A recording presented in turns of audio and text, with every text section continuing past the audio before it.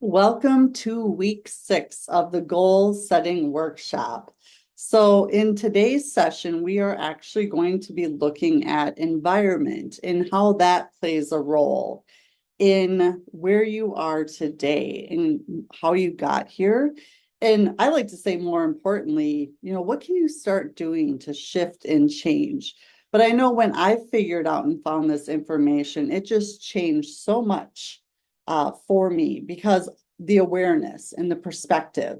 In the 1960s, if you follow personal development at all, Maxwell Maltz came up with a book after all of his research and kind of what he found out based upon what he does. And Psychocybernetics, I share this book because it was one of the first books that I was introduced to by my coach, Bob Proctor. And if you haven't read it or if you haven't heard of it, I would highly recommend if you're been watching this series and if you're in personal development or even interested in learning more about yourself, Maxwell Maltz's Psychocybernetics is a great read and just a great way to, you know, create awareness and an understanding of where we got to where we are and how to move forward.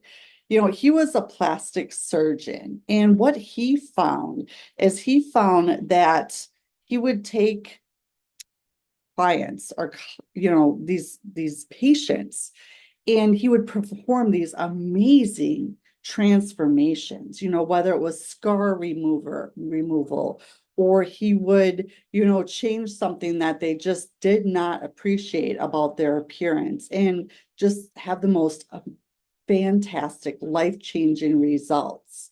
And what he kept finding over and over and over again, which brought him to writing Psychocybernetics, is that some patients after the surgeries and after the transformations, you could see the shift in them. You could see their confidence, their results, just how they showed up in the world was night and day difference in the right direction. Like they owned it. It was just incredible. Their whole being inside and out transformed from the surgery.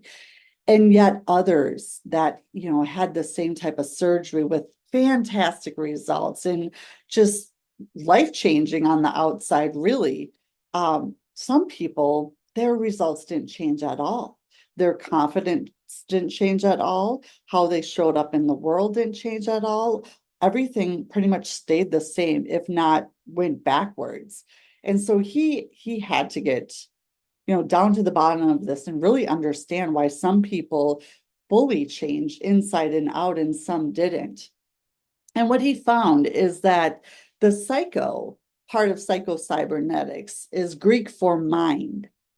And the cybernetics part of it, that's a science of, control and communication in animals and in mechanics. So psychocybernetics was born. And what he found is that we have two self-images. The one that we project outward in our outward appearance and what the outside world sees. And the second one is the picture that we hold inside of ourselves. And how our self-image has come about is really some of it's genetics, the genes we're born with, and the other is the environment that we grew up in and that we are still around. And what Maxwell Maltz says is, we are, and at the center of us is pure perfection. We were born with our creator's, in my case, God-given talents and abilities in his perfection. And whoever your creator is, in that perfection, you have that at the most conscious level of yourself. And what's happened over time is a virus code has taken over. And now you're living from the virus code and with all of the, just imagine it's layer upon layer upon layer of crud and crap and people speaking things over you. And, a lot of this was instilled in you by the time you were 7 years old. And the one way we found that you can shift and get rid of the virus code is to start studying yourself, start understanding yourself.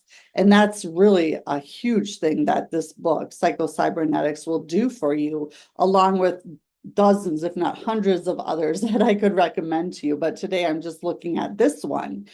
And it's really in order to get rid of the virus programming and really in order to understand why you are where you are, and more importantly, how to get to where you want to be, you have to get a different awareness. You have to gain a different perspective. You know, we're either all growing or dying, meaning that you're either contracting or expanding. So think about that. And that's a lot of, like I talked about last week with your intuition, you know when something's serving you and expanding you or if it's contracting you. And so really start paying attention to that. Start paying attention to your environment and what you're surrounding yourselves with. You see, your current results are a direct reflection of your thinking, of your self-image, because you will never outperform your self-image. You can't run from it. You can't hide from it. It is what it is. So if your results are not what you want, whether it's in health, your bank account, your business, personal relationships, whatever it is for you, it's a direct reflection of these paradigms in your self-image of yourself and the one that you hold from the inside. And so in order to change that, you need to rethink it, which is learning about yourself, and then revise it. Work on your self-image and getting 1% better every day. And there's a few different ways we're going to look at this today. You know, in nature, animals, they live and act by instinct. They blend in to their environment, where we as humans, we don't necessarily blend in. A lot of us, you know, stick out, or we have the ability to make our own choices. You know, who do you want to be? What do you want to have? What do you really want, or what do you really like to do? We have these choices. We have, as I talked about last week, reason. You have the ability to make choices, and you have the higher intellect part of you. So I ask you, you know, to be thinking about what is it that you really want and why you don't already have it. And I can tell you why you don't already have it is because you haven't accepted it to be true because of your current self-image. You see, we're seeing life through a lens. Now, this lens you can look through, and you can look back in your past and really look at how you grew up in the environment you grew up in and what paradigms, habitual behaviors, and beliefs you have based upon that environment. You know, if you look at mindset, mindset is how you see the world. That's how my coach explained it to me. So if mindset's how you see the world, think about how you grew up. And I love this illustration because was an abundance mindset. Did you grow up and live in a household that never thought about money? You lived in abundance. Everything was at your fingertips. You could have all these amazing experiences. The world was your oyster. All the sayings that we used to hear. Did you grow up that, you know, possibly money didn't grow on trees? You know, we can afford that. Be happy with what you got. You know, we were often, I know a lot of clients that I coach were shamed into just expecting and being grateful. You should be grateful for what you have. You're so ungrateful, you know, and it just contracted us. And truly, definitely, what I've learned in my relationship with gratitude is always be grateful for what you have and never satisfied, because we are meant for expansion. And if you're not expanding, you're contracting. So take the gratitude and be grateful and never satisfied. So What would you go back and rewrite if you could? What can you let go of that the people around you when you were growing up said? Or the people around you, what did they do?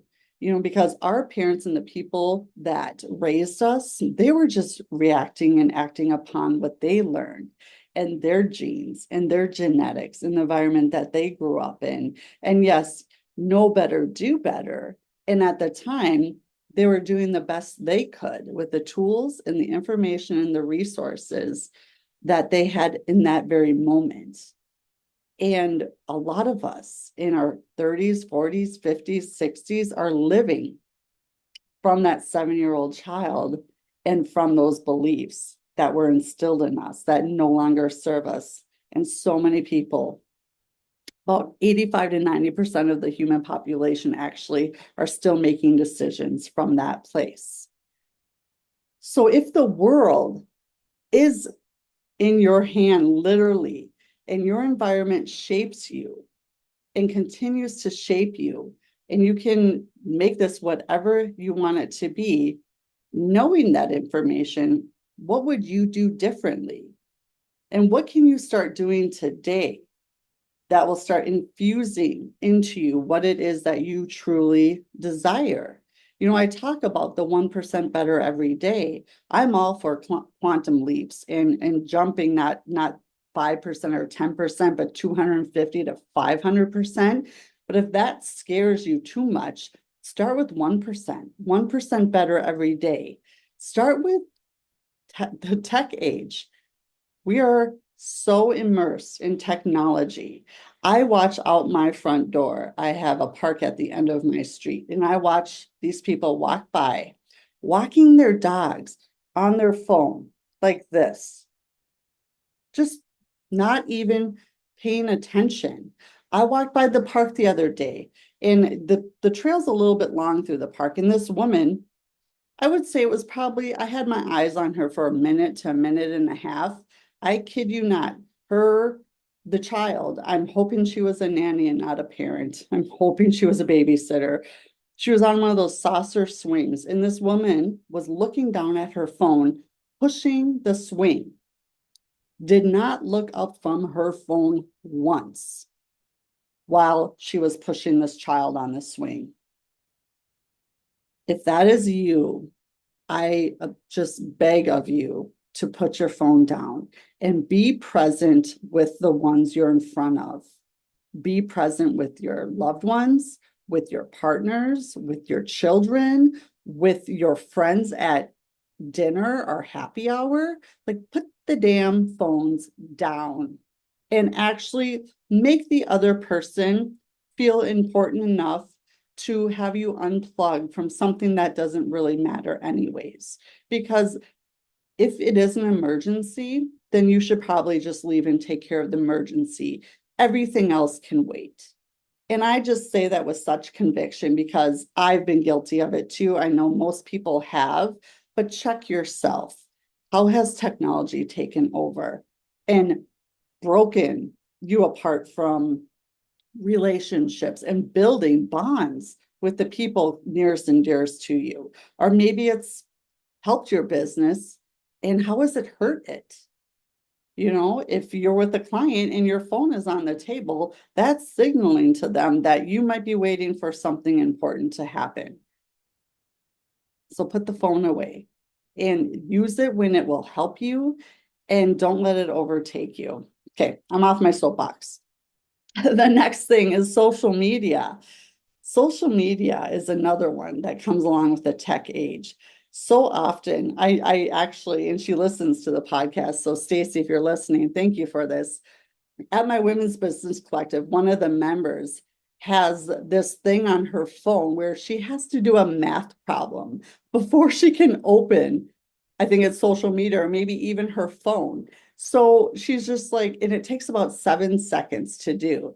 And she's like, half the time I put it back down because it's not worth it. And I was actually just picking out my phone out of habit, and it catches you. So I thought that was genius. And I'm going to get that app just because it will make you pause. Like, do you really need your phone? Why are you grabbing your phone? Because so many people just grab their phone and start mindlessly scrolling or doing something because of the dopamine hits and what it does for you, and what social media is meant to do for you, and why so many people are addicted.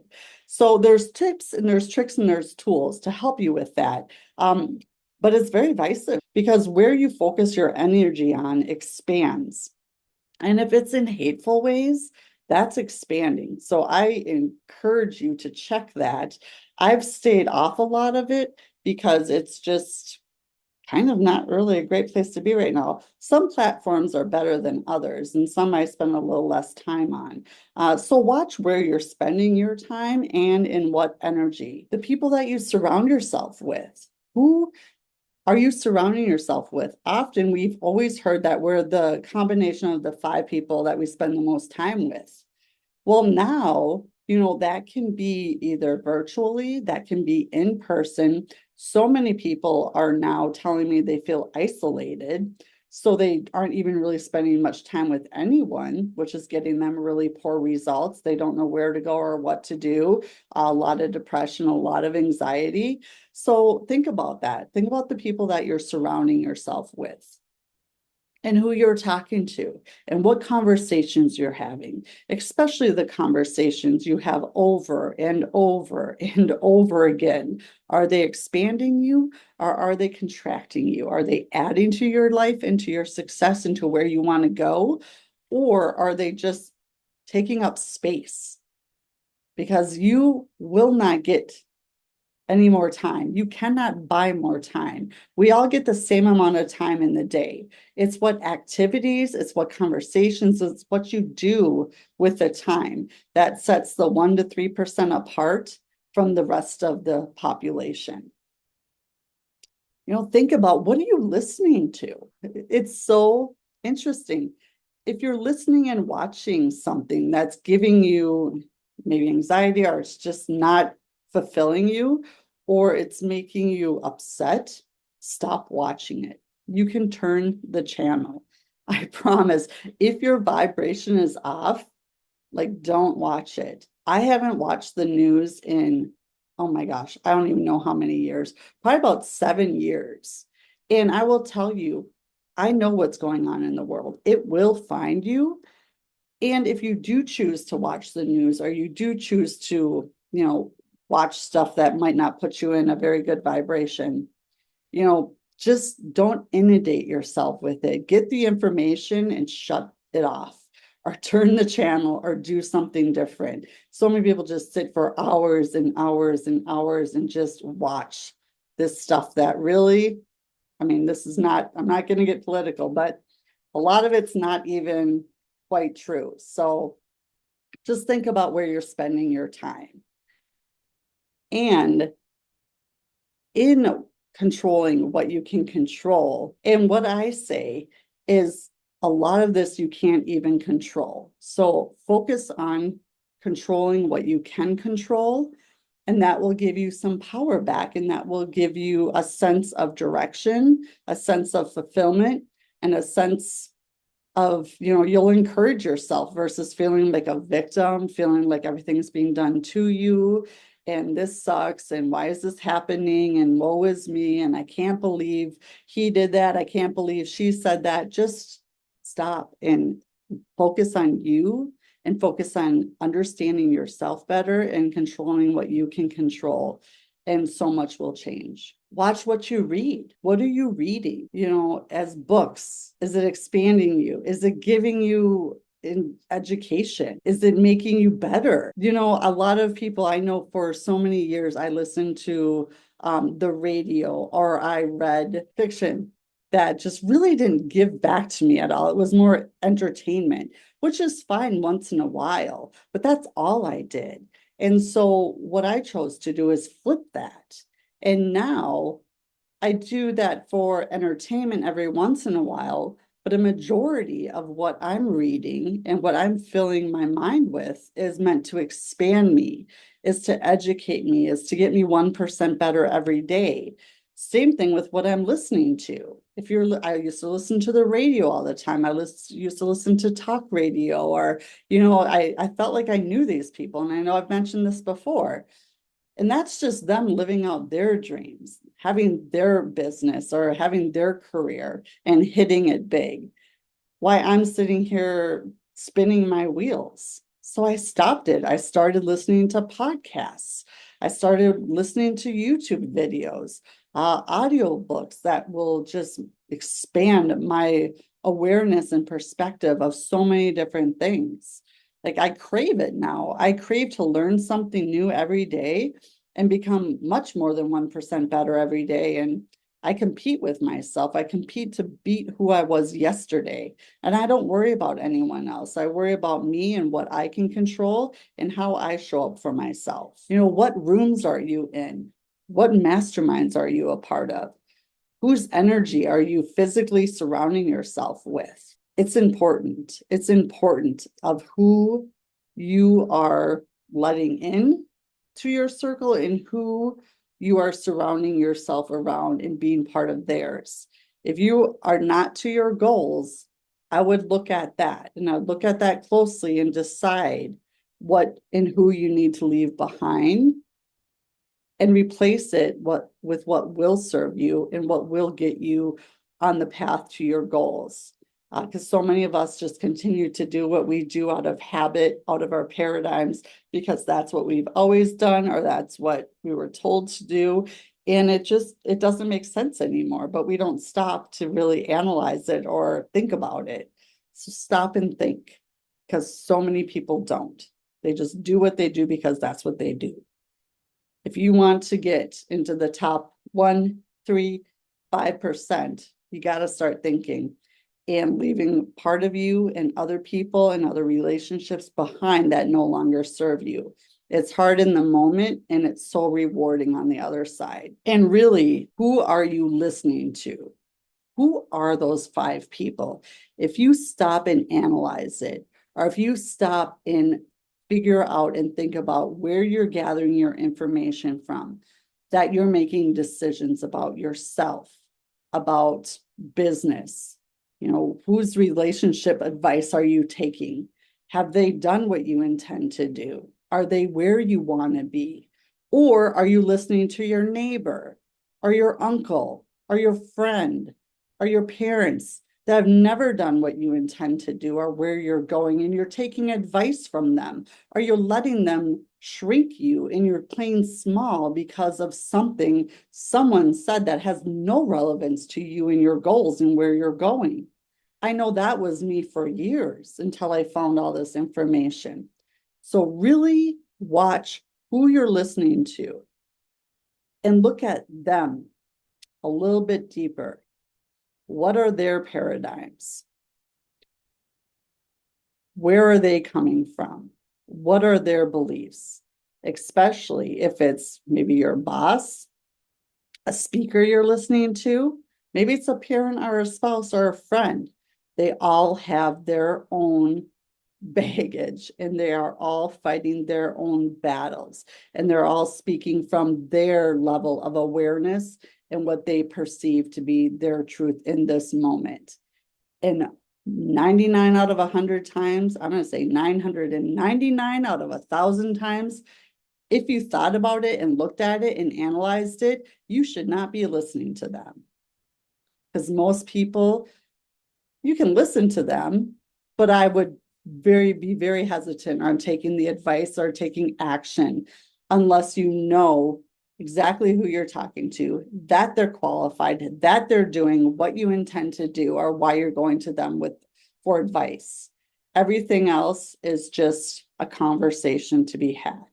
So I had to throw that in there because I know that this is a stumbling block for so many people. And this one was as well for me in the beginning. And I love this. So as you're going out and as you're having these conversations and as you're looking at your environment, I encourage you to speak less and listen more. So speak less means that you should usually talk about 30% of the time and have the other person who you're in conversation with talk 70%. And that's by asking really good questions and just listening to hear and respond versus listening to respond. So I say listen to understand and hear versus respond. So many people are listening because they want to respond quick, or they just can't wait to say something. So think about how you listen. Do you cut people off as they're in the middle of a conversation or a sentence? When they're done talking, do you ask for permission to give your point of view? Or do you ask if they're looking for advice or a solution or just want to vent? And when you do you speak from your head or do you speak from your heart? Because I tell you what, some of the people that make the most money and it just flows to them in abundance are because they are attentive, very good listeners. They listen to understand, they listen to, take the information in and really resonate with it, and then ask for permission, ask if they want a response. Speak from their heart and not their head. Think about how you're listening to others and interacting with them in your environment, because it will make a definite big difference. Because words matter. The words that you speak matter because your subconscious is always eavesdropping on you. So if you're just like, oh my God, I'm such an idiot. I can't believe I did that. Or you're speaking down to yourself. That's what your subconscious is grabbing onto. It's accepting it because it can't reject anything. So that's where a lot of people do positive affirmations. A lot of people have the I am tattoos or the I am statements, because you want to speak into existence what it is you want and what it is you desire versus the negativeness and coming down on yourself. And the more you talk debt or you think about how bad things are, is the more you're going to get, because energy will attract energy. Like energy attracts like energy. So really watch your words, watch how you talk about yourself, and watch how you talk to yourself. So many people not very nice to themselves. I know a rule of thumb that changed this for me was, is that advice or something you'd say to maybe a best friend or one of your kids, or advice you would give someone that you really, really loved or cared about? And most times, just about every time, the answer is no. You wouldn't talk to them that way, and you wouldn't let anyone else talk to them that way. You would tell them, don't listen to that, or I can't believe that person said that to you. That's horrible. And yet we do it to ourselves all the time. So watch your words. The world is truly at your fingertips. You can make of this and have whatever it is you truly desire, if that's what you want. It's just shifting your awareness and your perspective in order to get from where you are to where you want to be. So start today. Start with your environment. Again, watch this video over and over again. Start over with week 1, and you will see it differently and you will hear it differently every time you come back to it, because it's so powerful, because you will always be in a different spot. Let me know how I can be helping, and I would love to, again, see your comments and see how this is resonating with you and what you're liking. If there's anything you want me to cover or go back to, let me know as well. I'm happy to do that. So we'll see you next week, and you have a good one. And think for yourself and make a change.